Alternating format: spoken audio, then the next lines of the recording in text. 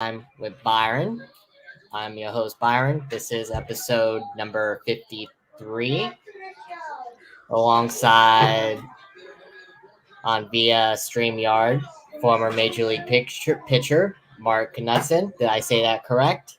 Knudson, but close enough. Close enough. I mean, listen, you're a lot closer than a lot of announcers in a lot of ballparks across America, so I'm fine with that. I am impressed. Why? How'd they pronounce your name? Oh my Lord, I couldn't begin to go. The K. I'm a pitcher. Why would the K be silent? But nonetheless, there was a lot of very interesting pronunciations over the years. But everybody's doing their best. Yeah, you can't say that, right? So, right. I usually like to get into your career before, but I'm sure you still follow the sport, and you just had the World Series. Now, you personally I know you played the game, and I know you still follow it. What's your take on the Braves beating the Astros? Were you happy because they got caught cheating, or did you not care because you're like me, where you think every team sort of cheats? Oh yeah, I don't think there's any question. Everybody was doing what the Astros were doing to some degree. Right. I blame Major League Baseball. I blame Major League Baseball for putting cameras so accessible in the dugouts. Major League Baseball encouraged it, and they really. That's I think why they didn't come down harder on the Astros. But my take on that whole thing is it's over, it's past. It's done. People can be upset about the penalties and all that, but let's move past that. I was drafted by the Astros. That's a team I came up with, so obviously I have some good feelings towards that organization and wanted to see them win. But again, as you and I went back and forth on Twitter, anybody that beats the Dodgers gets my vote. So I was pleased for the Braves as well. Definitely. And I'm a Padre fan, so I'm happy the Dodgers got beat. Yeah. I can't stand the Dodgers. Well, I got to preface that by saying I respect the Dodgers. I respect the heck out of the Dodgers. I think that's an organization that does pretty much everything the right way. They don't go out and buy up a bunch of free agents. They draft and develop their own players, and then they supplement them with free agents and so on and so forth. So I don't have any. I'm not critical of the way they do things, and I'm not even envious of all the money they have because teams like Tampa can compete with them who do things right and without that big budget. What bothers me about the Dodgers, and I've said this to Dodger people, is the arrogance. I mean, you're around them. Exactly. You're around them in the dugout, or you're around them at the ballpark. They just ooze this arrogance, like we invented baseball, and that's frustrating to deal with. It is. It was frustrating for me to deal with as a player. When I was a player with the Astros, we were in the National League West, and we had to deal with that, and it was frustrating then. I couldn't agree with you more. Don't get me wrong. I respect what they did. I respect that.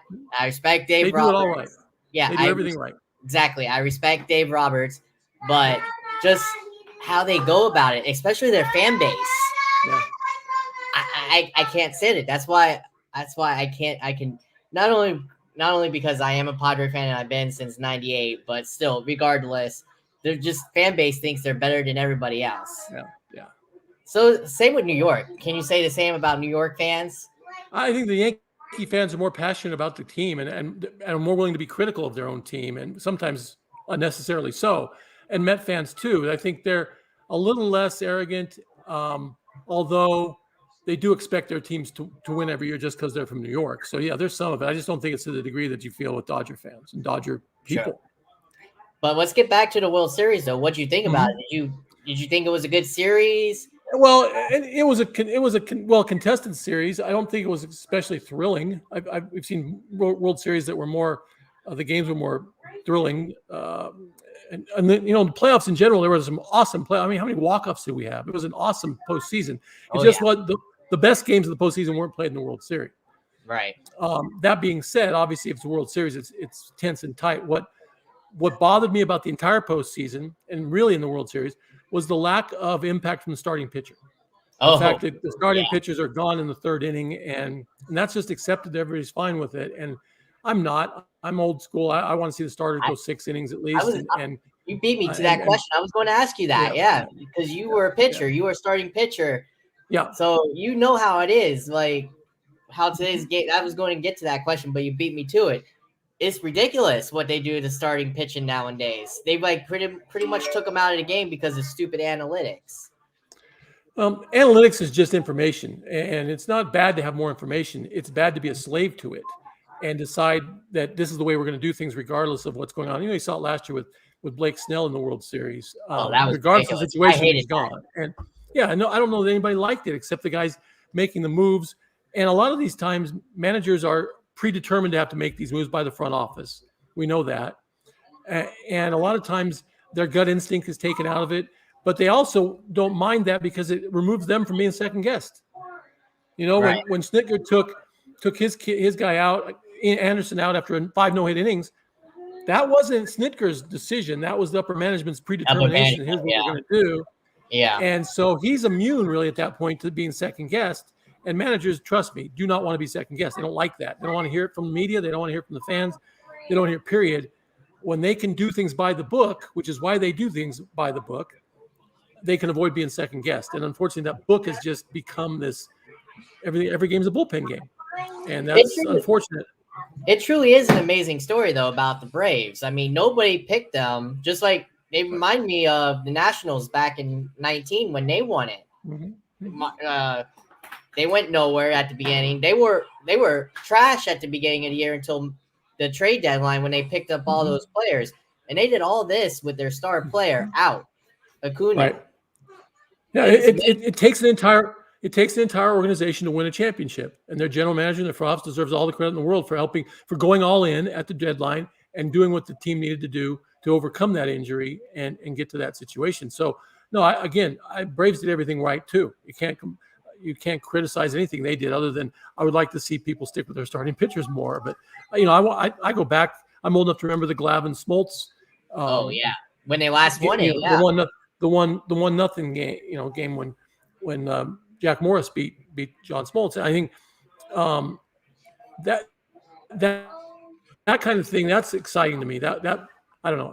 I'm a pitcher, and that was more exciting to me than watching. No, I agree with you because even though I'm only 30, I grew up in that 90s era when they were still doing starting pitching throughout the whole complete games. I was still in that era, even though it was coming out of it, but still, I was a part of that, and I remember watching that mostly, and I missed that era where if the starting pitcher was doing good and throwing shutout innings and going to complete games, that was it. That would have been the one interest. That would have been the one reason you'd want to see the Dodgers in the World Series was to see what Max Scherzer would have done if they tried to take him out in the third inning. I don't think he'd given up the baseball. I think he'd have told Dave Roberts to get back to the dugout. So if he was healthy, yes. I just don't want to see starting pitchers become marginalized by our sport, and they really can't be in the regular season because you can't do that to your bullpen. But nonetheless, you don't want to see starting pitchers get marginalized because it's such a critical part of what makes baseball great. So where do you see the Astros going now since they lost? Everybody wanted them to lose. Well, I think the key thing is what are they going to do? Well, the Astros are a really well-run organization. They're not going to go away. The Mariners and the A's are pretty good in that division already. The Angels have the 2 best players in baseball when they're healthy. So it's going to be a super competitive division for a while. I don't think the Astros are going to fade from the scene anytime soon. But the question is, what's Carlos Correa going to do? Is Carlos Correa going to – here's a guy who's already won a championship. He may say, okay, I won my title. Now I want to go chase that huge contract and maybe. By the way, I think he already opted out. Out. Well, I think he turned down the qualifying offer, but he could still re-sign with the Astros. The qualifying offer was only $18 million. You don't expect him to take that, but that protects the Astros. If he signs somewhere else, the Astros get a draft pick. So that's why they do the formality of that. But I still think he might end up back in Houston. I mean, if he can get his payday and stay with that organization, he probably will. But a lot of people think he'll end up with Detroit. So where his old manager is, that's going to be critical to what the Astros do as far if they stay at the very top of the American League, because Carlos Correa is a great player. He is. And what's going to happen with Justin Verlander? I don't know what he's going to do. Yeah, I think he's still recovering, and I know he's a free agent, so that'll be interesting to see if he stays. But before we get into your career, I want to ask you, what's next for my Padres now that they've hired Bob Melvin has the manager. Bob Melvin, yeah, that was a brilliant hire. It really was. The guy's It done was. a lot with a It little. was. A lot with a little in Oakland. All right? Oakland I didn't doesn't even have see all it the coming. resources. No, I didn't either. I didn't see it coming because I didn't think I he can't was remember. available. What was the last time the Padres hired a current manager? It's always been these guys that, up and comers, guys who've been in the minor leagues or been in other roles. The Padres haven't always been going after a guy like Bob Melvin. So that was a brilliant hire. I think he's going to do a lot of really good things for that organization. He's got to, you got to get Tatis healthy, obviously. Obviously, you want to get the starting pitching. They were just crushed by injuries this season. You've got to find a way. And a lot, everybody deals with injuries, but the better teams, the Dodgers, for instance, have been awesome at overcoming injuries. They lose Kershaw for a long stretch. They don't miss a beat. The Padres have to get to that point when they're going to get to that level. But, boy, the way those two teams went at each other at the beginning of the season, when everybody thought it was going to be the Padres and the Dodgers going down, it had a playoff feel in April. So the NL West, my Rockies aren't going to be seeing the light of day in the NL West anytime soon, because while the Giants are losing it, we'll lose a lot of guys. Posey retired. They may lose some guys. They've found a formula that wins for them as well. So I think all three of those teams are going to be battling their tails off next season all the way to the wire. Yeah, that honestly blew my mind because I had no idea he was available. Like, I thought he was still under contract with the A's, but then a report came out saying that the A's gave him permission to speak with the Padres. Mm-hmm. So I was like, wow. Why? Well, that's what the A's do. That's what Oakland does when someone's in line for a pay raise. They just don't do that. And it's hard to criticize them because they've been successful. They're in the hunt every year. They'll probably find another manager who keeps them right at the same level they're at because they figured it out. Billy Beane has the formula. Wouldn't it be something? Tampa has the formula. Wouldn't it be something if they got the Padres manager, they just fired Chase Tingler as the manager and did something? Wouldn't that be fun? Usually a guy has to go back into the coaching role, either in the minors or in a position coaching role before he gets another shot at a manager's job. But you never know. Funny things have happened. So let's get on to your career now. You were drafted, of course, like you said, by the Houston Astros in the third round of the 82 draft out of Colorado State University. Boy, I'm old. A long time ago. I know. I feel old myself, and I'm only 30, but it's getting up there. So it's a long time ago. What do you remember about your college career, and what was it like being drafted and being scouted to get in your first contract with the team you were drafted? Well, my college has dropped baseball now, so there's not a team at Colorado State anymore. But at the time, we were in the WAC. We played BYU and Hawaii and San Diego State and some of those schools, and it was a really good league. BYU, I played against Wally Joyner and Corey Snyder and Rick Aguilera were all at BYU. Tony Gwynn was at San Diego State with Bobby Meacham, all those guys. So we had a good league. I'm a big fan of college baseball. I like to see things go well in college baseball. I like it when, I'm a Rockies fan, and 2 years ago, the year before before COVID, their entire draft was college guys. And I'll applaud that. I think college baseball is the place you should get your future players because you have a better idea what those guys are going to be like. So right. I was rare. I was a senior when I got drafted. I didn't get drafted my junior year. I made a lot of improvements between then and my senior year and got drafted. And it's obviously a thrill. I was playing some summer ball at the time, but when the draft happened, but it was exciting. Obviously, you're going to get an opportunity to do what you dreamed of doing. I got a chance to go right to A ball because I'd been in college. I skipped a lot of lower levels right to A ball, and 3 years in the minors, and I got a shot at the big leagues. So college baseball was very important to me. I hope a lot of kids maybe kids listening to this will take that route if they're trying to get to the big. It's the fastest route to the big leagues. If you sign out of high school, you're probably going to spend 6 or 7 years in the minors. You sign out of college, you have a much shorter path to get to the big leagues, where the real money is. Signing bonuses are great, but they're one-shot deals. You want to make secure yourself for your future. You want to get to the big leagues quicker. It was an exciting time for me, and I valued every minute. What would you say was the most difficult part? Because you said it yourself, you battled big names. You faced off against big names that went to big time colleges that are big time schools for baseball. What was your time like there, and how difficult was it playing against that? Yeah, in college.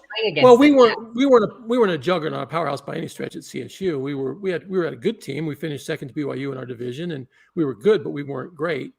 I think the good programs are deeper. We have more players, more money to spend. San Diego State, obviously tremendous.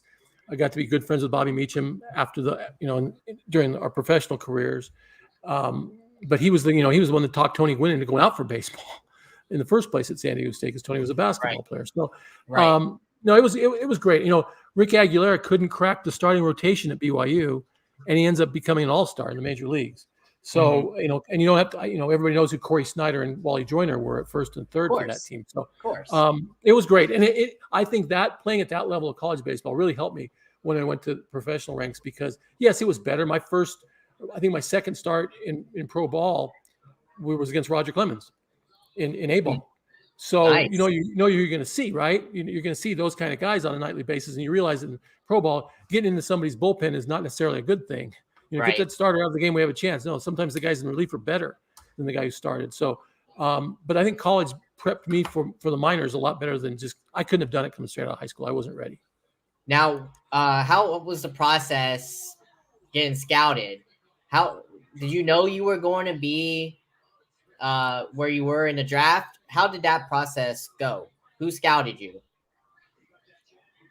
Yeah, I had a good. Yeah, well, it's a funny story because back in those days, the radar guns were these big contraptions. They have these little things now, but these are big contraptions. I remember pitching against Air Force, and there was 11 radar guns pointed at me from right behind home plate. So that was a little intimidating, right? Looking over your catcher's shoulder and seeing all those radar guns. But the interesting thing was when I was growing up, there wasn't year-round baseball. These kids didn't play, and we didn't have Tommy John surgery at 15 like they're having now because we played other sports. We didn't just play baseball. The very first scout that I ever talked to was Joe Madden. And Joe was scouting for the Angels. And Joe and I talk about this when he comes through Denver. He was scouting for the Angels at the time. He had played college summer ball here for the Boulder Collegians, a team I now run. Actually, I'm the general manager of the Boulder Collegians now. And Joe was playing for the Boulder Collegians back then with Tony Gwynn and Bobby Meacham as his teammates. And I knew him casually then. Later on, he went to work for the Angels as a scout. And he was the first. So he was familiar with Colorado. He knew the area guys. He came out here and watched this. And he told me, he said, the best thing about you guys is you had fresh arms. I played with a guy named Brian Fisher, and Danny Jackson was from here. Roy Halladay's from here. We didn't burn ourselves out in youth baseball. We still had bullets in our guns, so to speak, when we got to that level. So Joe really liked that, and he came out here to scout a lot. So I talked to Joe. I think I would have been an Angel had I lasted deeper into the third round. The one team I never heard from, I heard from a lot of teams during my senior year at CSU. The one team I never heard from was the Astros. And they ended up being the team that drafted me. And the funny part about that, and I know you guys are on YouTube with this, and people can go on YouTube and look this up. In 1982, I think they call it the Grand Illusion, a hidden ball trick between Miami and Wichita State in the College World Series. The pitcher for Wichita or for Miami Hurricanes, a guy named Mike Kasperzak, ended up being my teammate about 3 weeks later. He was also drafted by the Astros. And one of the Wichita State players, Charlie O'Brien, Joe Carter won that Wichita State team. And Mike Kasperzak did a hidden ball trick, and again, go watch it if you haven't seen it. It's legendary. It was a fake throw to first. Everybody acted like the ball was thrown down the right field line. The ball girls were involved. The bullpen was involved. All acting like, and of course the runner got up and tried to run to second and was tagged out easily. And I was watching that play on ESPN, laughing out loud when the Astros called me and said, "We're going to draft you tomorrow. What's so funny?" I said, "Well, you have to watch TV and figure that out for yourself." But I'll never forget that moment because that was the first time I ever talked to Terry Kennedy's twin brother, Bob Kennedy Jr. was a scout that called me and asked me what was so funny. And I said, "You got to watch this on TV." And it became legendary after that. And 3 of the guys involved in that play became teammates of mine. So on July 8th of 85, you make your debut with the club and you get a 7-4 loss against the Phillies. What do you remember about that debut? I remember that the night before we played the Expos and played 19 innings, and the entire bullpen was used except for myself and a guy named Mike Madden, who's another local Colorado guy, had gone to University of Northern Colorado. We'd known each other for a long time. We were teammates. We were the only 2 that didn't pitch in the day before. So my manager, Bob Lillis was the manager at the time. And Bob said, "Kid, you're out there regardless. Good luck." And so I had to go out there and take one for the team. I wasn't very good that night. I never gave up the big inning, and the only extra base hit I gave up, Mike Schmidt hit one off the center field fence.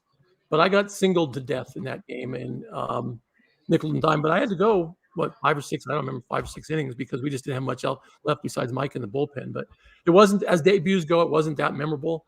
What was memorable was a year later, I beat the Phillies for my first big league win. So yeah, I see that. Take us through that. How was your first big league win against them? Did you have jitters on your first win? Well, that was a year later. I pitched in, I want to say 3 or 4 games in '85, and then there was a strike. If you remember, there was actually a player strike in August of '85. So I only got 2 or 3 starts that year, and then they sent me back down because they knew a strike was coming, and so I didn't go pitch anymore for the big league team in '85. So '86, I come back up and I get the opportunity again, and the jitters were really gone. The jitters were there. You're on that plane flight between Tucson and Houston in '85. That's when my stomach was doing all sorts of flip flops. I'm sure that's the way it is for most kids that are getting that opportunity. Once you're there, the good thing is though, if you'd been in spring training, big league camp like I had been, you already knew those guys. I already knew Nolan Ryan and Mike Scott and all the guys with the Astros, Craig Reynolds, Phil Garner. I already knew everybody. So they just welcome you when you come in, and then the butterflies go away and you just go out and try to pitch. But the second time around was much easier than the first. So in '86, in August 15th, you and a fellow pitcher I've had on the podcast, shout out to Don August, you guys were traded to the Milwaukee Brewers for Danny Darwin. Take us through that trade. Did you guys? Well, by the way, shameless plug here. Augie and I have just finished a book about his exploits in base. He wrote.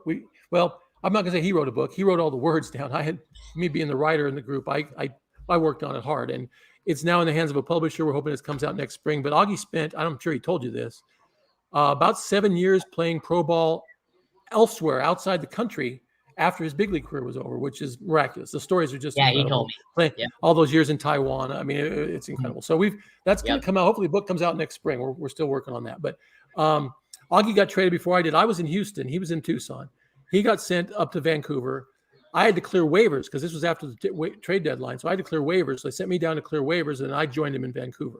So we played in Vancouver for a brief time there before I got a chance to go up to Milwaukee. But interesting because, I tell people that Astros team went on and played in the playoffs, and Darwin had a magnificent August. He went 5-0 in August and September. It was great. But we were a couple games up on the Giants when I got traded, and they won the division by, 5 or 6 games. I always tell people, and Danny Darwin, as great as he pitched, did not set foot on the field in those playoffs, the legendary playoff series between the Astros and the Mets. Right. When Mike Scott, Nolan Ryan, and my good friend Bob Nepper did so well in that series. Darwin didn't pitch. And I always tell people, I could have done that. I could have sat in the bullpen and not pitched. But anyway, it was tough watching that on TV, watching Mike Scott throw a no-hitter to clinch the division. And watching all those games and being in Milwaukee and on a last place team, but it turned out to be the best move. I'm sure Don told you the same thing. It was the best for both of us because we both got our opportunities to become opening day starters in Milwaukee and all that. Even though he texted me the other day, he said, "Should I be rooting for the Astros?" I said, well, you can't harbor bad feelings anymore. I mean, I told him that was our birth organization. You got to, but I think it turned out to be the best move for both of us. I hadn't met Danny Darwin ever until about 2 years ago at Coors Field. And I walked up to him. Jim Riggleman, the Reds manager at the time, introduced me. Danny was the pitching coach, introduced us, and he looked at me and he started laughing. And I said, I still think the Brewers got the better end of the trade. And we took a picture together and sent it to Don because he, just for fun. But that's what baseball. That's what you do in the baseball fraternity. Yeah, that's for sure. So you had your best. It looks like you had your career best 10 wins in 1990. Take us through that season. And that being your best season in your career. Take us through that season. Well, in those days, you didn't have these large pitching staffs. You didn't have 13, 14 guys on the pitching staff. You had 10. So if you were the 5th starter, and my first year in Milwaukee, I was the 5th starter, you've got to do a little of both because they'll skip you. And so if you have an off day, your start might get skipped because Teddy Higuera was going to pitch every 5th day, period. Right? So I did a lot of bullpen work that year too, as well. But later in the year, it's a war of attrition all the time. And I did have the good fortune in my career to stay healthy the entire time. I didn't spend much time on the disabled list. Maybe at that year I did towards the end of the season, just for the last couple of weeks. But for the most part, I stayed healthy in my career. And I got an opportunity to pitch. I actually started a game on 2 days rest once. And I'd started games. You don't see much of that no more. No, you don't. And during Paul Molitor's hitting streak in, 1987, I didn't pitch. He hit in 39 straight games, and I didn't pitch for 21 straight days. And that was an ongoing joke between the two of us, hitting streak, sitting streak. But you had to be more versatile then. You didn't have as defined a role when you were a late back of the rotation starter, you'd get skipped a lot. But I obviously that year was special for me. I threw a shutout in Oakland. I beat Dave Stewart 2-0 in Oakland. I beat Jim Abbott in Anaheim. I shut out Mike Boddicker and the Orioles in County Stadium. All that in a 10-day span. So I had some really good moments that year. Really moments I'm really proud of. But to sustain that, it just made me marvel at guys that could win 20 games, because I don't know how that's even possible. It's just, you've got to be great 9 times out of 10 when you got to pitch to win 20 games. Especially nowadays, it's not even possible because guys aren't staying in the game long enough to get wins. But it was a magical year for me. I loved it, and I relish every moment of it. Now, tell us about this. This is odd, and I'm seeing this. Tell me if this is true or not.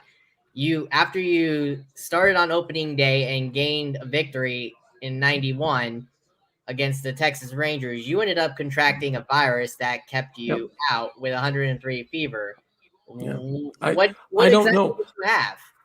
To this day, I'm told it's something called chalaeomegalovirus, similar to mononucleosis, which I tested negative for. I didn't have that, but we played Anna. We went up against Nolan Ryan on opening day, and in Texas, and neither one of us were super sharp. I mean, Nolan gave up a couple home runs. I gave up 2 home runs. I think we won, I think 5-4 or something like that. It wasn't a pitcher's duel, but nonetheless, you get an opening day win. You're pretty happy. The next day I came to the ballpark and passed out on the training table. And I don't know why. I don't know how I contracted that virus, but I lost about 20 pounds, and it took me the better part of the season to get my strength back. And they sent me down to AAA to try to get healthy. And I did that, but then there was a house cleaning. Tom Troublehorn was let go. And my old teammate Phil Garner was brought in to manage the team, which would have been nice to play for Phil. But a lot of us were let go. Greg Brock, Chuck Krim, Dan Plesac, a lot of us were let go after that year. So it was a frustrating end of my time in Milwaukee, because I wish I could have stayed healthy that year and not been taken down by that virus. Yeah, because I think if I remember, I think Don also said he was released too with you guys, I believe. Yeah. Well, Don went back. You're right. He was. Don was let go after the 91 season. I was let go in August, I think. I played for Denver the last month of the season. Augie was out right away, and then he went to spring training with the Giants the next year, and I went to spring training with the Padres the next year. So, yeah, it was a house clean in Milwaukee, and that's going to happen when teams don't fulfill expectations. They're going to clean house and start over. That is their right. That is probably the way most teams should do it.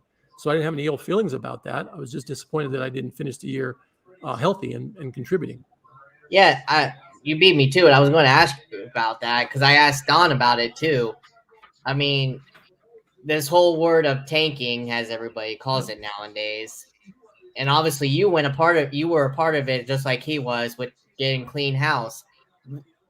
What's your mindset as a player, knowing that you guys are getting cleaned out for basically a rebuild? You guys want to focus on getting your career back in order, or how does that process go?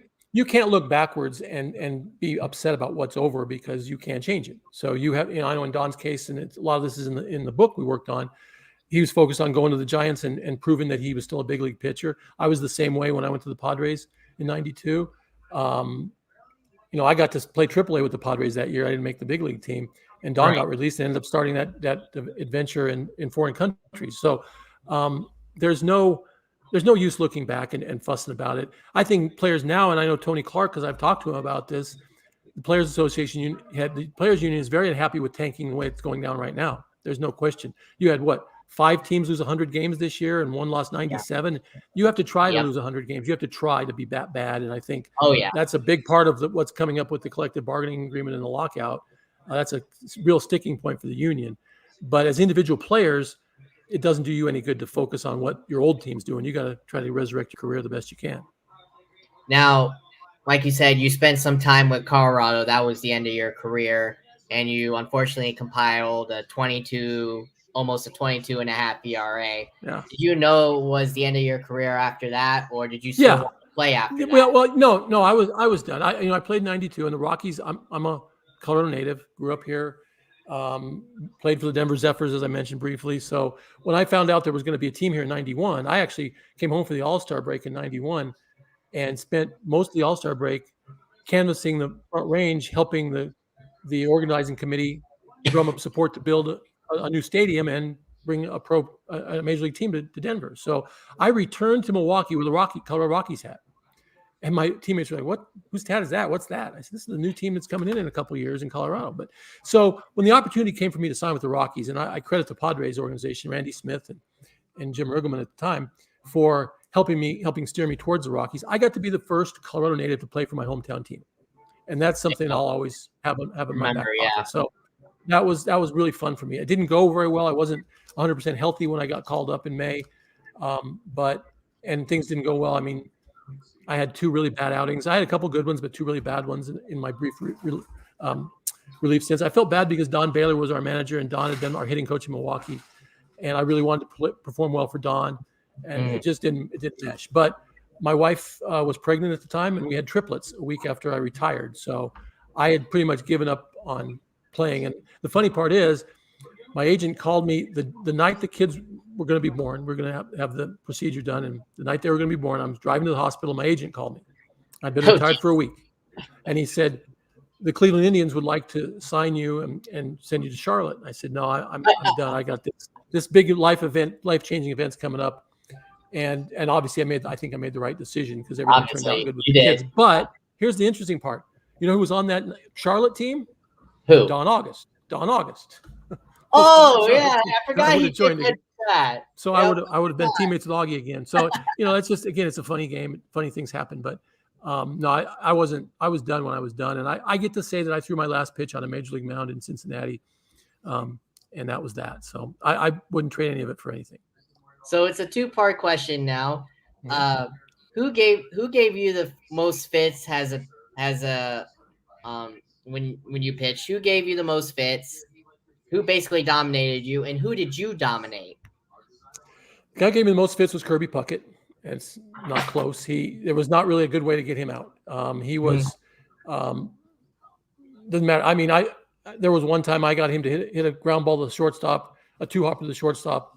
Shortstop caught the ball and fell down, and they called it a base hit. So I mean, I can't get him out on a 2-hopper to short. I'm not going to get him out. Don Mattingly was the best hitter I ever faced. Don Mattingly, had he not gotten hurt, would have been a surefire Hall of Famer. He was a tremendous hitter. The guy who owned me was Ruben Sierra. I couldn't get Ruben Sierra out if I rolled the ball to home plate. And Dan Plesac used to tell me, just throw it high and away. I said, do it. He still hits it. The guy who couldn't hit me to soul was Willie Wilson. And Willie Wilson was a great player. I mean, he was a great player for the Kansas City Royals. And again, I could have put the ball in a tee for Willie Wilson. He couldn't hit it. And that's weird, just how baseball works that way. Some guys I had great success against Jose Canseco and Mark McGwire, but I couldn't get Jerry Brown, a little slap hitting infielder. I couldn't get him out. So there's all sorts of things that go on in that game. And every pitcher will tell you he has those guys he can't get out. And every hitter will tell you there's pitchers he just can't pick the ball up and can't hit off of. Now what field did you enjoy playing at the most, and what field did you hate the most? Wow. I mean, I got to play. There's only, I think, 6 ballparks left that I played in. I mean, everybody's got a new yard now, right? Even Exactly. Yeah. Pitching in Yankee Stadium is like playing the Palace. I mean, it's just the vibe is just so incredible. Walking off the field after a win or a loss, and hearing Frank Sinatra, New York. I mean, that just gives you goosebumps. It's fantastic. Anaheim was a great place to pitch. Kansas City is a great place to pitch. Oakland, as crappy as that stadium is, I mean, it's a miserable place. It's sewage backing up and all that. And it's still the same as it was when I played there. Right. The ball didn't go anywhere at night. And you could, it was a great place to pitch. The mound was the size of a Rocky Mountain. But as far as places, I didn't have a lot of success. The Metrodome was a nightmare. It's gone now, thankfully. It was a nightmare for everybody who pitched there. Alan Trammell blew the whistle and said, they have the air conditioning blowing out when the home team's up. But it's true. It was right. When you're standing on the mound, you're feeling the breeze in your face in the Metrodome. Right. I believe and they turned it off when the Twins were out in the field. That's not right. I know that's not right. But Alan Trammell came out and made a big deal of him. People thought he was crazy, but he was absolutely 100% on the rock. But it was just you couldn't see the ball in the dome, the white sky, and all that. So I think the Metrodome was probably the worst place I had to pitch. But it's gone now, thankfully. What about fan base? And what? What about fan base? Good or bad? Both good and bad. I think Kansas City and St. Louis both have tremendous baseball fans. That's a tremendous baseball part of the country. The Milwaukee fans were fantastic to me. Most loyal people I've ever been around. Win or lose, they were in your corner. It was tough pitching in Shea Stadium. Yankee fans get a lot of grief, but Met fans were much more difficult to deal with. I got spit out from the upper deck and almost got nailed with a beer bottle after I was warming up, going out to take the mound for the game in Shea Stadium. So the Mets fans were tough. The Brewer fans were fantastic to me, but most fan bases were pretty good. I mean, I don't really have anything bad to say about any of the fan bases, places I spent a lot of time. They were all pretty good. What you don't like as a player is a bunch of front runners. And I don't think I ever played in front of a group of people that were, in the Astrodome, I remember getting booed my first at bat in that game you talked about against the Phillies because the fans wanted a pinch hitter. We were down, it's the third inning and we're down 3 or 4 to nothing. And in those days, you pinch hit for the pitcher in that circumstance. But we didn't have any bullpen that night. So I had to bat. And the late Bo Diaz was catching for the Phillies, and he just looked up at me and said, "Hang in there, kid. What are you going to do?" But I don't blame the fans for that. I got asked about it later, and I said, "I don't blame them. I would have booed too." You're there to win. So I think fans who stick by you through thick and thin are what every player hopes is your fan base. So out of all the games in the majors that you pitched, give me a couple memories that you have that you'll never forget. Your most memorable games you've pitched in. Well, I mean, opening day was a big deal, right? Pitching against the Rangers and Nolan Ryan's there. George Bush, the future president, not the current president, the future president is throwing out. They take that back. The current president, George H.W. Bush, the late George H. Bush, threw out the first pitch, and you can see this on YouTube too. He went out there and he tried to throw a curveball, and he bounced it. Yeah. And he had come on. I was in the dugout by myself. It was 95 degrees in April in Dallas. I had a wet towel over my head, trying to stay cool. My teammates were all up on the railing. President walks down the stairs after bouncing the ball, and I look up at him. We make eye contact, and he looks at me and he says, "I threw the damn thing in the dirt." And I came up with a really witty response. I said, "Oh," and that was my brush with the president. But that was obviously that's a moment you're never going to forget. On the field wise, the beating Dave Stewart 2-0 in Oakland in 90 was a highlight, obviously, for me because that was a game where I really pitched well. And I opening day against Nolan, neither one of us pitched very well. I got the win, but that was special. Obviously, Jim Abbott doesn't get enough. People don't talk about Jim Abbott enough. How he pitched with one hand in the major leagues as long as he did. So. Competing with that guy and beating him 2-1 once was something else. I'm pretty proud of. Anytime you have a little string of success, you tend to remember that better. And that was during my best stretch was those 2 shutouts in 3 starts. So that's what I remember the most and what I'm most proud of. But again, sustained success. I tip my hat to the guys that can do it for long periods of time because I was never able to sustain it past my 30s. And like some of these guys that can win 150, 200 games, it's astounding that they can keep that level of performance for that long. So when you pitched, what was your pitching repertoire and what did you use the most to get guys out? What was your favorite pitch? Well, I think what kept me from becoming a next level pitcher was a consistent breaking ball that I could live with and go forward with. I was always tinkering and changing it. One year it was a curveball, one year it was a slider. Mike Scott showed me how to throw a split finger fastball, but I didn't throw it the same way. My arm angle wasn't the same as Scotty's, so I didn't have the same success he had with it. So I was tinkering. I mean, I was a fastball pitcher. And don't get me started on today's radar guns because they're ridiculous. Guys are not throwing 100 miles an hour. Yeah, I know. I was a mid to low 90s guy with a lot of movement, good control, pretty good command of my fastball, but I was more or less mediocre after my fastball. So, sinker, 4-seamer, whatever I could use, good control. And I relied heavily on my defense. I wasn't a strikeout guy. I relied heavily on my defense. And I was fortunate enough, and Tom Trebelhorn told me one year that the year they made me the opening day starter, partly because Teddy Higuera was injured, but partly because he said, you give up the fewest unearned runs of anybody on the staff.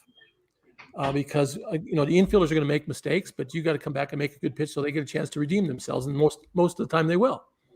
So, I was always, every good game I pitched, there was a lot of great defense played behind me. There's, every time. So that my repertoire was throw ground balls. I mean, if I could do that, I was going to be successful. And, because we had good defensive players behind us. Now, out of all the players you played with or against, who would you say helped you along the way in your career?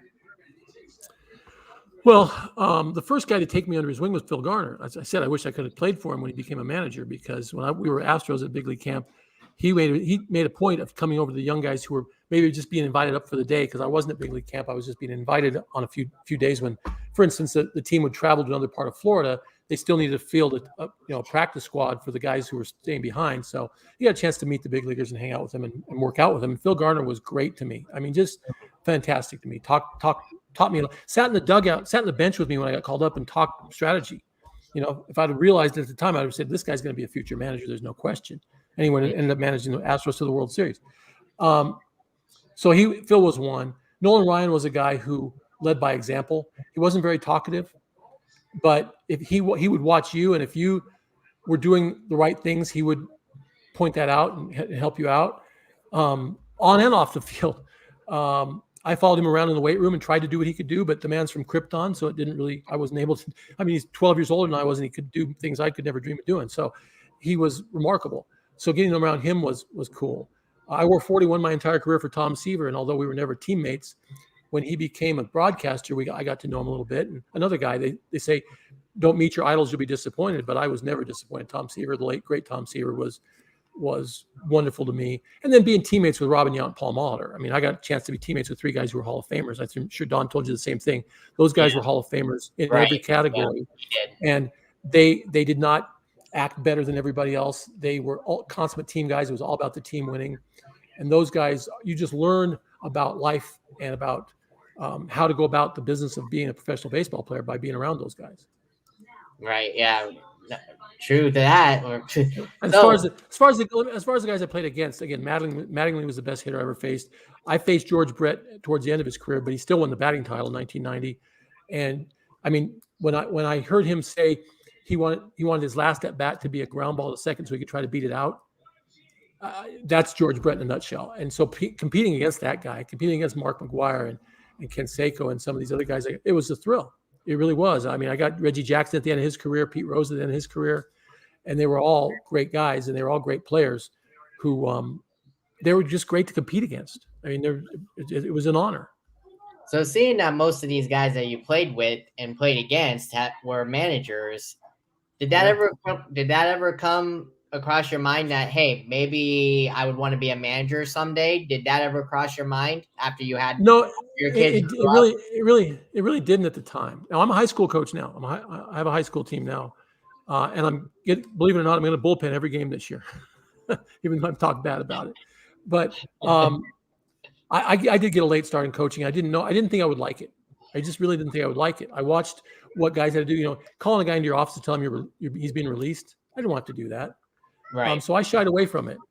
And obviously, there's not Bud Black, I think, is the only current pitcher or former pitcher who's currently a big league manager. Yeah. So you almost cubbyholed into the pitching coach role, which I think I could have, had I chosen to go that route, I probably would have been okay at it and done well and been up the ladder. But again, I had newborn triplets. I wasn't going anywhere.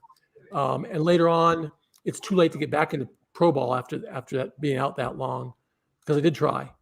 But it's too late at that point. I'd started a media career, and that was going to be that, unfortunately. But I do wish I'd started earlier. I do wish I'd given that a thought when it happened, because you're right. Some of those guys you're around, and especially the catchers that you play. I played with Joe Girardi and guys like that who became Brad Ausmus, who became managers, and you can just see they're thinking the game while they're not playing in the game. They're not just biding their time like most of the rest of us were. Most of the rest of us were flicking sunflower seeds or doing something goofy during the game when we're not playing or not pitching. And these guys were thinking the game. And those are the guys, I think Paul was the manager of the year. He was the manager of the year with the Twins one year. And he could still be doing it if he wanted to. Robin tried coaching a little bit. I don't know that he liked it very much. He didn't like to try when he was done traveling. I talked to him when he was in town with the Diamondbacks and didn't really like it. And for some guys, I get that. The great ones, I think, have a little more difficult time relating to ordinary players. In fact, I talked to Keith Hernandez about this once. He wrote about it in his book, that it's hard for guys who reach a certain stature to talk to guys who can't do what they did. So that's why most of the guys who are managers weren't great players. And I think Bud Black kind of breaks that mold. He's a great pitcher, so he kind of breaks that mold. And so to answer your question in a less roundabout way, yeah, I wish I had gone that route a little earlier. Now, why do you think that is? Like you said, there's only one pitcher manager that's in the majors now, and the majority are catchers. Why is that? Why do you think that more managers are catchers but not pitchers, when pitchers are the ones who are basically controlling the game? Yes and no. Catchers are really controlling the game. Catchers they were before the analytics and guys started taking index cards in their hats to out in field to see where to position themselves. Catchers were doing all that. Catchers would meet before games and go over the batting order and how would pitch this guy and pitch that guy. That was all in the catchers. I still believe catching is the most difficult position in all of sports. People will say hockey goalie, but hockey goalies don't have to be counselors. Pitchers are goofy. Right. We're inherently nuts. And catchers have to go out there and calm the waters. They have to be counselors. They have to be coaches. They have to be backstops. They have to throw guys out, and they have to hit and be offensive players. It's the hardest position in all of sports. And I think when you've gone through that for a while, you are prepared to be a manager. You are just more prepared than everybody else. Fair enough. I couldn't have said it better because you only see one pitcher. The rest are all catchers mainly, and you don't see hardly any outfielder as managers. That's weird. You would think you would see at least one outfield manager, but you don't. Well, I think there are a few. 2/3 I want to say are almost 2/3 are catchers. So infielders, utility infielders, in other words, guys who can play all over the place turn out to be good managers because again they have to stay in the game and think the game on the bench. They have to do more to prepare themselves to play at any moment in any position. I think pitchers, especially starting pitchers, when you're not playing. You're sitting for 4 days. You're not playing. So you're not into the game as much as, and you're maybe not into the strategy that goes into it as much as you are worrying about your own mechanics and your own stuff. So I think that's why there aren't more pitchers. Of course, again, pitchers have been cubbyholed into becoming pitching coaches. And nowadays that's all about analytics. So I don't know how much of the coaching part of it they do anymore. But I think, again, great players and a lot of the best players in baseball, I think the number one represented position in the Hall of Fame is right field. And those kind of great players don't necessarily have the patience or the acumen to become managers. Most of them some of it was so easy for them. So they were such naturally gifted athletes to play out there that how are they going to tell someone without those gifts how to do what they did? Right. It's got to be a pretty tough challenge. Now, we briefly talked about it earlier, the strike, because you played before the strike happened. I got to ask you, do you think we're on to another strike with what happened a couple of years ago with the owners and players butting heads? Let me think. It's not a strike. A player's strike means the players will walk out. This is an owner's lockout that's coming on. So the owners are doing this work stoppage. There hasn't been a work stoppage since you were 4 years old. You were 4 years old when there was the last work stoppage. 94. So, and Ronald Acuna 94, Jr., 95. Fernando Tatis, Juan Soto, they weren't born yet last time there was a labor stoppage in baseball. Baseball's done a really good job of keeping labor peace. However, what's changed dramatically from the days when Bud Selig was my owner in Milwaukee, and I know for a fact Bud Selig is a fan first and a businessman second. Right. And so when he sat down at the negotiating table, he was worried about the welfare of the game of baseball and small market teams. That was Bud's thing. On the other side sat Don Fear and Gene Orza, two lawyers who were looking out for the best interests of individual players. Right. Okay. And they would fight tooth and nail for us to get the best deal we could for us as individual players. That is completely flipped now. Okay. The lawyers are now sitting on the owner's side. Rob Manfred's a lawyer. In fact, Rob Manfred has described himself as a transactional lawyer. Yep. And if you see what's going on with the owners now, they are worried about squeezing every penny out of this game that they can get. Yeah. On the other side, you now have the former player. You have Tony Clark, who's looking out for the best interest of the game, the way Bud Selig used to. Right. Tony's big issue, and we talked when they were out here for the All-Star break, the big issue is competitive balance, the lack of tanking like you talked about, making sure that players can get paid earlier in their careers, since the owners have correctly identified through the use of analytics, there's a drop-off in performance after 30. Yep. So those Albert Pujols contracts with the Angels after 3 years old aren't going to happen anymore because the owners have the data to prove that that's a bad investment. Now, and the union knows that, so the union's saying, okay, if that's the case, and it is, now you got to start letting these guys become free agents earlier than 6 years in, or arbitration eligible earlier. They will make their money earlier in their career, so that's the sticking point right now. But it's an owner's lockout right now, and I just finished writing something I posted a little bit ago on one of the websites I write for. This lockout's going to hurt a lot of players, even if it's over in January. Even if it goes from December into January, it still messes up the free agent market because the free agent market will come to a halt. Right. And it messes up young guys who are trying to get a toehold in the big leagues. They can't train at the team facilities. They can't work out with their coaches. They can go play winter ball if they want to. But there's a lot of valuable time being lost at spring training sites over the winter, lifting weights with the strength coaches, whatever you're doing, that they can't make up in a short window that they're going to have when this is all settled. And I think it will get settled. It'll probably be February when it gets settled. But the owners are going to shut the doors for 2 months, and that's going to have a negative impact on a lot of players. And please don't call this a strike, because it's a player's strike is when the players say, okay, we're done, we're walking. And that players haven't done that since 1994. All the other sports have had an issue. All the other sports have had lockouts or strikes in this millennium, except baseball. So it's unfortunately going to happen in baseball this time. Let's just hope it's short. Yeah. So now I got to ask you that, since I think you pretty much answered my question. I don't like Manfred personally. I don't think he's done anything good for the game, especially with the whole cheating crap going on. I don't like what he's done. He's definitely, I get it. All commissioners are supposed to back the owners. I get that. I get it.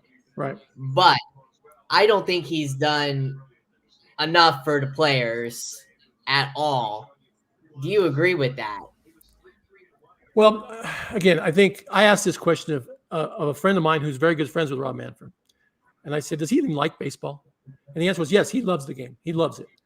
Ironically, when we met with Tony Clark out here, our alumni organization met with Tony Clark out here at the All-Star break, Tony brought up the same point. He said, I asked if Rob Manfred likes baseball. I don't think he does. See some of the things. Well, I think he likes money more. Yeah, exactly. I think he likes the game, but I think he likes money more. And Bud was the opposite. Right. I agree. But Manfred, some of the things have been proposed, and again, my friend will tell me, well, it's the owners pushing him to do this, but some of the ridiculous rule changes, moving the mound back a foot, trying all these things in independent ball to see if they're going to work, stealing first base, the 3-batter minimum. These things owners are trying to concoct ways to squeeze more money out of the game. They're afraid they're losing fans, so they're afraid they're going to try to do this, that, and the other, speed up baseball, blah, blah, blah, which, by the way, I'll tell you right now, the pace of play discussion, if you think back, have you heard anything about the pace of play in the last 3 or 4 months? You know why you haven't? Because the sports betting industry doesn't give a hoot about the pace of play. Right. And the sports betting industry is now pouring a ton of money into baseball. In fact, the sports betting industry would prefer the games last a little longer. There's more things to bet on. Right. So Major League Baseball has abandoned the pace of play talk. You won't hear that anymore. You won't see rules changes put in place to speed up the game anymore. Those days are over. Because the sports betting industry is so embedded with baseball now, and I'm sure Pete Rose is shaking his head somewhere. But I think the owners have the right to put in any of these rule changes they want. The 3-batter minimum was not approved by the players. The players didn't like that rule. The owners did to try to speed the game up, and now it's nobody likes it. The 7-inning doubleheaders are going to go away because the owners want those extra 2 innings of concession revenue, and the sports betting industry wants 2 more innings. So you won't hear that anymore. You'll see the universal DH come in. These are all things that the owners are putting in now to help their bottom line, not help the game. The players are really the ones trying to protect the game now, the integrity of the game, without some of these silly rule changes, and get rid of tanking and that sort of thing. So the worm has turned completely from when Bud Selig and Don Fehr were having these negotiations back in the 90s. I agree. It's totally changed, and it's not for the greater good either. I hate it as a fan. I do. Just like I hate this. I'm also a Rays fan. Yep. And I know you've heard about it since you're close into the game. I can't stand the owner. I wish he would just sell the team. I hate it. All this stupid talk about sharing half and half season with Montreal and here. How ridiculous is that? He wants to do that, and now all the owners are trying to talk about, well, not all, I'm not going to say all, but the teams that are struggling or tanking, shall I say, are trying to go along with what Sternberg wants to do now. I think he's in a tough. I think he's in a tough spot because the attendance there is not worthy of a championship caliber team. They play in a terrible ballpark. He's made efforts to try to get a new field built. The taxpayers in Florida don't want to help him pay for it. He wants to pay for most of it, but he wants some help from the city. Some city people are trying to help him, some aren't. It's all political football going back and forth.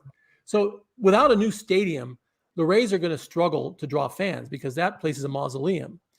So he's saying, okay, if you're not going to help me get a new stadium, I'm at least play half of my games in the dead of summer when it's smoldering hot. Nobody wants to leave their house. We'll go play in Montreal. In a perfect world, he would sell, or he would relocate his team to Nashville. But Major League Baseball doesn't want him to do that because they want to put an expansion team in Nashville because expansion teams pay a ton of money into the organization, into Major League Baseball, and the owners get a cut of that. Right. So there's a lot of politics behind the scenes going on here. And I think the idea, the players won't like half of the season in Montreal, half the season in Florida. They won't like that. The Blue Jays have had to do it, right? Recently because of COVID. Blue Jays have had to do that. It's not fun for anybody. I don't think you want to put down roots. You want to have your fan base. But I think the owner in Tampa is in a tough spot. And until somebody comes along with a way to make it work there, with a new ballpark, probably retractable roof ballpark, you're not going to stop hearing about this because I give him credit for this. He's searching for a solution. The status quo isn't going to work. And Major League Baseball is not helping him by not letting him move the team. I just can't understand why the people in Tampa won't go watch their team play. That's a really good team. I granted you, it's not a team. It's not a team with a lot of stars. You got Franco, but you don't really have a whole bunch of big names, right? They just win. Me as a fan, personally, since I live in the area and I've gone to a lot of the games, it's hellish on the traffic because it's 275. That's hell. Getting off of that. That's what I've heard. 2, the owner gets rid of all the players that the fan base likes. He can afford them. To identify with it. He can afford them. Don't get me wrong, because the reason why Manfred don't want him to move the team is because we have a good television. Yes, you do. Base here, Dylan. Yes. Mm-hmm. Yeah, you certainly do. We're like one of the best in baseball, and that's why Manfred don't want him to move.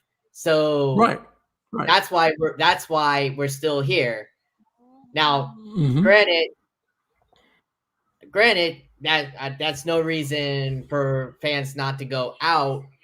I get it, but need to support the team. So I'm half and half on this.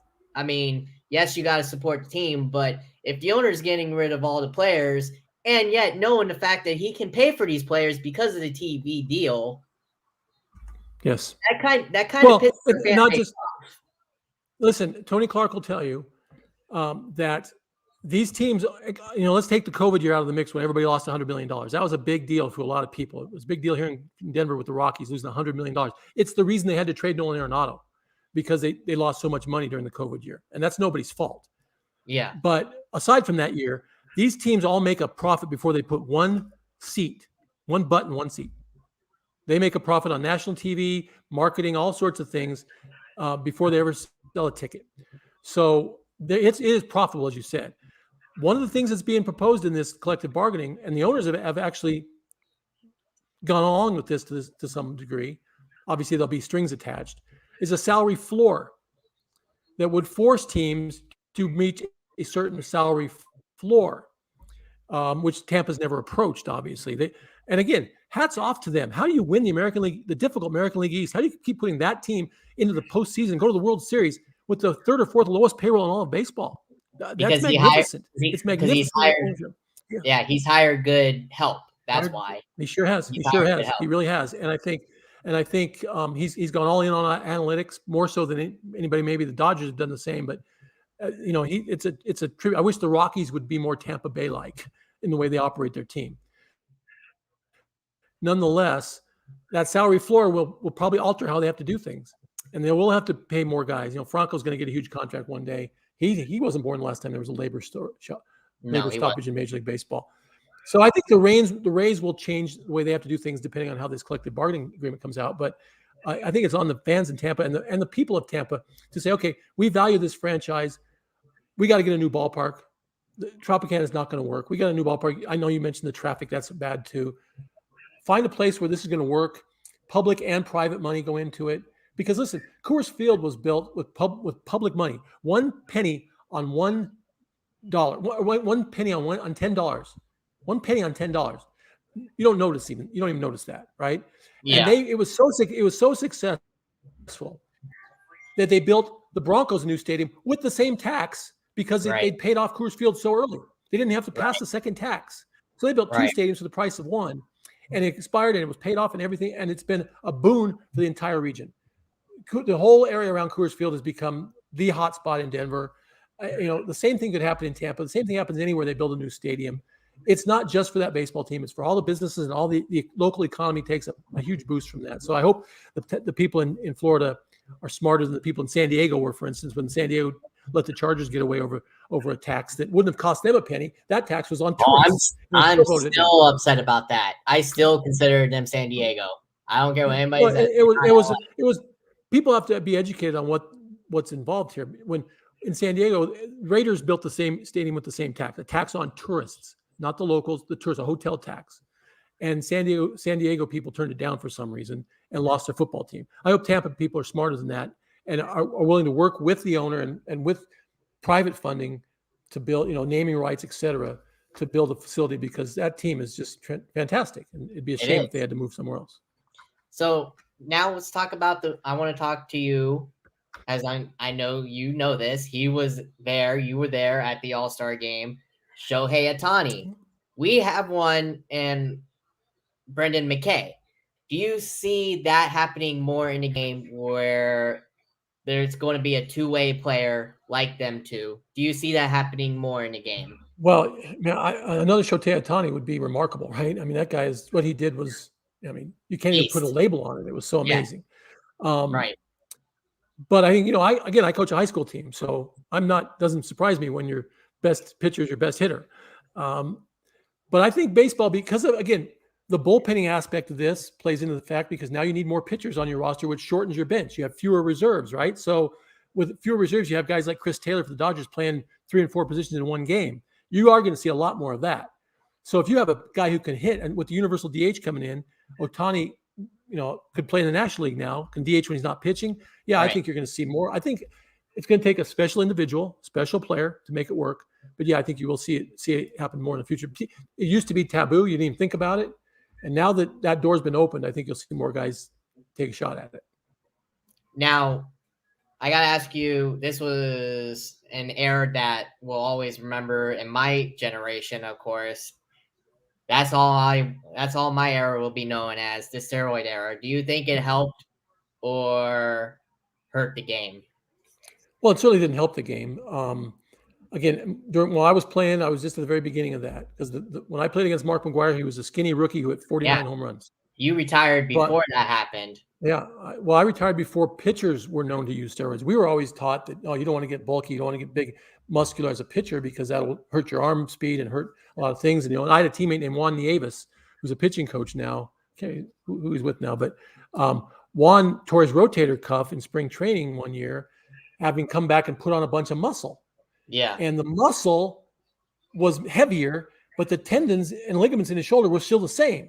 So now we're trying to create the same arm speed, moving more muscle mass with the same tendons and ligaments, and he broke down very predictably. So pitchers didn't do any of that kind of stuff then. I think as sports science evolved and pitchers like Roger Clemens saw that it could not make you better, it could make you good for longer periods of time, right? Roger won 350 games. He was a 300-game winner before he ever touched a steroid. Yeah. Okay, and I'm sorry if he wasn't proven guilty of this, but it's pretty universally accepted that he used things that weren't allowed. Him and Pennant. But it allowed him to go longer. It allowed Barry Bonds to play longer than they would. Their career numbers have been inflated because they got to play longer. They didn't start to go down at age 30. They got better. And that's why. No, I don't think it helped baseball at all. And I think it helped certain players. It helped guys, I have my suspicions about lots of guys like Juan Gonzalez and, Brett Boone and guys like that. Guys who made miraculous jumps. But I understand the motive to do it. I understand why you'd want to do it. And again, I have a little difficulty being too hard on guys that did that because they were just trying to get better. Yeah. They were performance enhancing substances. They were trying to do better. They were trying to make the fans happier and make themselves more money and make their team better. See, I have more problem with guys who use illicit drugs that are performance de-enhancers. Guys who drink too much or use drugs that harm their performance. Those are the guys I think that we need to come down a little harder on because they're hurting their team. They're hurting their teammates. They're letting the team down, the organization down. I know what the guys who did steroids and again, my stance has always been if it wasn't illegal or against the rules in baseball, I don't know how you can punish guys. I know Mark McGwire pretty well. And Mark McGwire was one of the hardest workers I've ever been around. I lifted weights with him in the off-season one year. I lifted weights with him in Oakland. He killed himself in the weight room. The reason he used substances was to recover faster so he could be better that day and lift again the next day. And again, I don't think he ever touched anything that was at the time illegal or on a bad list. Mark McGwire is a great guy. He's a great baseball guy. Canseco, I'll just say this. I never saw him in the weight room. Never saw him once in the weight room. I don't know if he lifted or not. Reports, people that I know say he didn't. I never saw him in there. But I know what kind of guy Mark McGwire is. So I have a trouble tarring everybody with the same brush because a lot of guys were just trying to get better and help their teams get better. And I have a hard time coming down on them for that. But it does. There's no question it skews your career numbers, especially. And is Barry Bonds the greatest home run hitter of all time without using steroids? Probably not. I think he's a great player. He's a great player. He should be in the Hall of Fame. Barry Bonds should be in the Hall of Fame. There's no question. So should Roger Clemens. There's no doubt about that. You can't tell the story, the history of baseball in that baseball museum without including those two guys and Pete Rose for that matter. Yeah. But it was a black eye. It was a difficult era. And, it's something I'm sure we're all kind of ashamed of. So I got a couple more questions before I let you go for tonight. Okay. Any players that you played with on your teams or against that should be in the Hall of Fame besides the guys you just mentioned? Again, I'll say Don Mattingly should be in the Hall of Fame. I know his career was shortened by his back injuries, but he and Wade Boggs were contemporaries at the time, and Wade Boggs was a great hitter, but Wade Boggs was not a guy that you stepped on the mound and were fearful of. You knew he was going to get a base hit. He had amazing back control. He'd play pepper off that wall in left field, and he deserves to be in the Hall of Fame with his 3,000 hits, and he was a great player. Don Mattingly was a better hitter than Wade Boggs, but injuries skewed that. So that's the first guy I think of. Others, most of them who I think belong in there, obviously Clemens does and Bonds does. And you can make a case for Mark McGwire. His career numbers really don't stack up, just like Roger Maris's career numbers don't stack up. But when you're talking about a museum, you're talking about a place that tells the story of the game. Can you tell the story of the game without those guys? Can you tell the story of the game without Sammy Sosa and Mark McGwire? You really can't. Right? You really can't tell the story. You can put on their plaque, suspected or proven to have used this or whatever. You can put that on the plaque. But those guys probably do belong in there just because, and so obviously Pete Rose does. I was blessed to play with Mike Scott. I don't know, he was awesome for a short period of time. So was Dave Stewart for the A's. It was awesome won 20 games 4 years in a row. But again, the standard, do they reach that standard that 300 wins or even 200 wins now is probably the standard? Because I don't think Clayton Kershaw is going to reach 200 wins for his career, but yet everybody assumes he's a first ballot Hall of Famer, which he probably is. So some of those old landmarks are dropping off with new analytics standards. We had a big thing here with Larry Walker getting inducted in the Hall of Fame. He didn't reach 3,000 hits. He didn't reach 500 home runs. But when you put his analytics stats, his OPS and all those things up against Hall of Famers, he's right there with the best players of all time, which is why he ultimately got voted in. So I would like to see, I didn't play with Todd Helton, but Todd Helton's on the ballot now and deserves to be in there. There's no question in my mind. He's a Hall of Fame player. So again, I just look at guys who, can you tell the story of the game without them? And if you can't, they belong in the Hall of Fame. Now, this is a bonus question before I get to the final one. I got to ask you, my audience is even wanting to know as much as curious as I am. Anybody that you played, that you played in your era, that you still talk to, that would love to be a part of this? Oh, again, a lot of the guys are selling something right now, right? We're all selling, we're all pushing something. I haven't even mentioned my two podcasts yet, have I? I do a Rockies podcast. So the Park Adjusted Rockies podcast. Look it up with Manny Randall from MLB.com. I will. We had So we have Dante Bichette and Ellis Burks on and all that. So we're all selling something. So there's former players out there that, don't mind talking about their careers, don't mind talking about the issues. So there's a lot of guys out there. Can I think of anybody off the top of my head? I mean, Augie would have been the first one I would have thought of. So, because obviously we got to push the book when we get to that point. But that's a good question. I'd have to think on that a little bit. I'll shoot you a text. I'll have to think about that a little bit because it's a good format for guys to get to talk about some things, maybe relive some memories. Exactly. I already have trouble as is trying to get people to get on here. I get it. I've been doing this about a couple years now, so it's like tough because nobody, either they're busy or they just ignore it because I'm not that big yet. I don't have a big subscribing list yet. I only have 10 subscribers on YouTube. I don't know how many I have on the podcast or whatever that Anchor or whatever. Right. However, I don't know all the kinetics or whatever, but I know it ain't many. So I get why people don't want to do it because I'm not, there yet. But it's just hard. It's very hard. Keep in mind that most of us have sat in rooms and answered questions from a bunch of people we don't know, right? All these guys are in press conference. So the fact that they may or may not know someone, just that shouldn't be relevant. It's just, you want a chance to talk about this, promote this, maybe you've written a book or you're doing a podcast or something. Just keep plugging. You'll get some guys. I'll think of somebody and shoot it. Yeah, just let me know. I'm glad I came in contact with you, and I'll text you here and there. So without doubt, especially what you're doing now with the Rockies, I'm kind of curious now. I want to hear that podcast. Like do you get current players as well? Not yet. I just posted episode 8, so we've just started. I mean, you're way ahead of me. You got 50-something episodes. But Ellis comes on. Ellis and Dante are part of it on a regular basis. Dan Evans came on last week, the former general manager of the Dodgers and the White Sox, talk about the collective bargaining stuff. We'll get some fairly well-known people come on the program. But again, it's Rocky centric. Check it out. It's not all baseball centric. So we'll get it. But again, Manny came up with the name Park Adjusted because with the Rockies and Coors Field, every stat is park adjusted to work the altitude issue into that. So no, it's something we just launched it. We're eight episodes in, and we're having a good time. So you pitched there, obviously, in the end of your career. Is it true what they say about Coors Field? They literally cool off the balls in a cooler because of the air. Well, it's a humidor, and it's only been in existence about 10 years now, I think, or maybe 15. It wasn't around when I was playing. But a humidor is where they keep cigars to keep them fresh, right? Keep them in a climate-controlled environment. So no, they don't keep them colder. Yeah. They just keep them moister. Because the ball comes out in this air. It's very dry air here. You're in the humidity capital of the world where you're at. We don't have humidity here. It's very dry air. So your skin gets dry, your fingers get dry, the ball gets dry. And, they're all over pitchers for using substances or this, that, and the other. I mean, I can't remember pitching in a game in my life where I didn't use pine tar on my hand, not on the ball. I didn't load up the baseball, but I needed to hang on to the ball.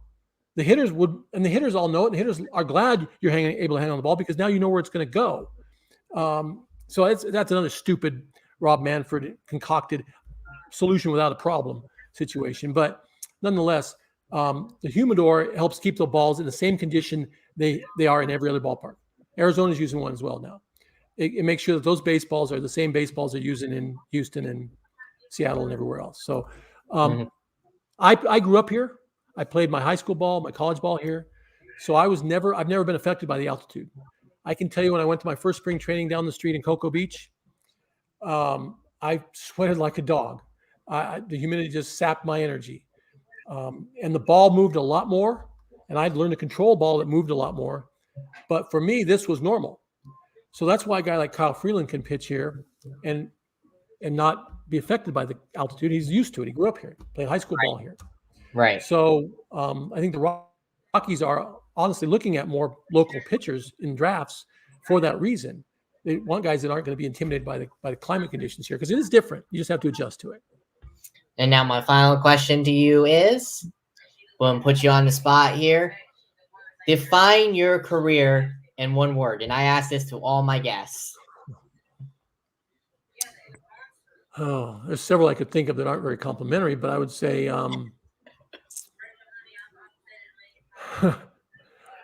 Let me before I answer that question, before I come up with my word, I'll tell you the late great Bill Mazeroski used to publish a baseball annual, right?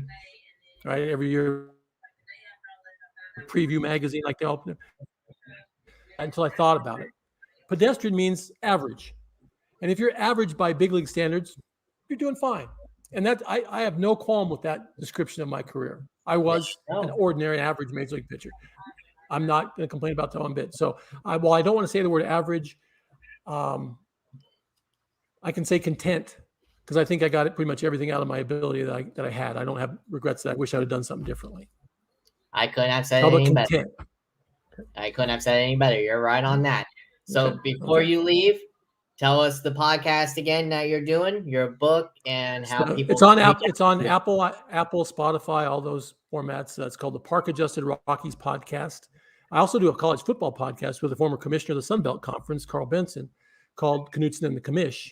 That'll post Thursday. Will be the next 8th episode of that. So I do that. I write for Woody Page. Woody Page from ESPN. I write for his website, woodypage.com. And where can people find you? So well, my Twitter's at Mark Knudson41, as you well know. That's where all my stuff comes off of. I don't do the other socials. You can tell I don't need my face on Instagram. So, but I do Twitter a lot. I'm on Twitter an awful lot. I love to have followers at Mark Knudson41. Don't hold back much on there. I'll even let the Rockies fans have it. The Rockies fans who think that Ryan McMahon should have won the Gold Glove instead of Nolan Arenado, or told him to take off their purple tinted glasses. The best third baseman in baseball won the award again, as he should have. And yes, he should have. Not all about your fandom. So, no reason to hold back on Twitter, right? Exactly. But it was a pleasure. Thank you. Thank you for your time. It's been my pleasure. And Augie, when Augie's book comes out, I mean, it's my dog. I'm the ghostwriter. I'll be on there, but those stories are absolutely amazing. We hope it's coming out by opening day next year. We're working on that. What? I was just thinking. I was actually thinking, you guys, when that book does come out, I will have you guys back on. Actually, I was just thinking that you guys should come on. I can have at least. I think I can have 2 people on either the stream or Zoom. So I think I'll have you 2 on for that. Okay. And here's what I want you to ask Don, because this is what I asked him about when we first started. This book is PG rated. Okay. Don's career is definitely R rated. Yes, it is. So he told me. Ask him about the stories he wouldn't tell in the book, because he said he wants his mom to read it. And I think there was a lot of, if this was a movie, there'd be a lot of stuff left on the cutting room floor. Because I lived through that with him. I mean, I was there with him through a lot of that There's stuff. Stories he wouldn't tell me on here. Yeah. I asked him, I said, can we write about this? No. Can we write about, no. Can't write about it. So the stuff that he didn't write about is equally entertaining to what he did write about. But what he did write about is amazing. Amazing. The Taiwan stuff is absolutely amazing. It really and what is. You guys, I don't think there's ever been anybody else in baseball who went and played as long as he did after his major league career, and has the stories to tell about what he saw and experienced in Taiwan and Italy and other places. It's remarkable. It's a great story. And what you guys should do, you guys should send me an autographed copy when it comes out. I'll be one of the first to have it. I'm sure that'll be no problem. That'll be no problem. I know he wants to do a lot of stuff. I have several places that want to do book signings already and all that. So we're just kind of waiting on the publisher right now. The publisher didn't want to do it in mid-baseball season. Wanted to wait till opening day. I don't blame him on that. So. Yeah, I don't blame him on that. Yeah, definitely. So yeah, hopefully, fingers crossed. Yeah, just let me know when, because and just text me when that happens, or Twitter, because you guys both have me on there. So let me know when that happens, so I can have you guys both back on for the book. That would be fun. Definitely. Until then, I'll stay in touch with you. Right, I'll text you. Take care, Byron. And I'm sorry I didn't drink any coffee while I was on coffee time. Is that a bad thing? Was I supposed to be drinking coffee during this? I told you it should have been. No, I'm okay there. You're okay there. I'm not drinking. You gotta. I'm drinking. You gotta have a coffee sponsor for this thing, don't you? I should. Yeah. You gotta I should get a coffee sponsor for this thing. Your time. I inspired your name because my wife loves coffee, so that's why I did, instead of beer time, as she told me to do it. Yeah. She wanted me to call it beer time, but I was like, no. I wanted to have it. I wanted to have it inspired because she's the one supporting me through this. So don't miss those sponsorship opportunities. They're out there. There's a coffee place out there ready to sponsor you. Get on that. Maybe I should do it at a Starbucks. Maybe that would help. Yeah, they don't need the publicity, but there's somebody that does. That's true. But it would have made it better if you would have had coffee, though. Yeah, I'll remember that next time. I'll get a cup and I'll even tell Don. Honestly, I don't drink coffee. I don't drink coffee. I'm not that much either. But when I do, I do. So yeah, when I don't have these. Okay. Right. But it was a pleasure. Thanks, Byron. I will send this episode to you. Okay. That way you can share it, and we'll go from there. And just again, let me know when you guys have that book finally done. We're working on it, trying to get it out. Perfect. Until then, you too. Have a good night and stay safe. Take care. All right. Bye-bye. You too. Bye-bye.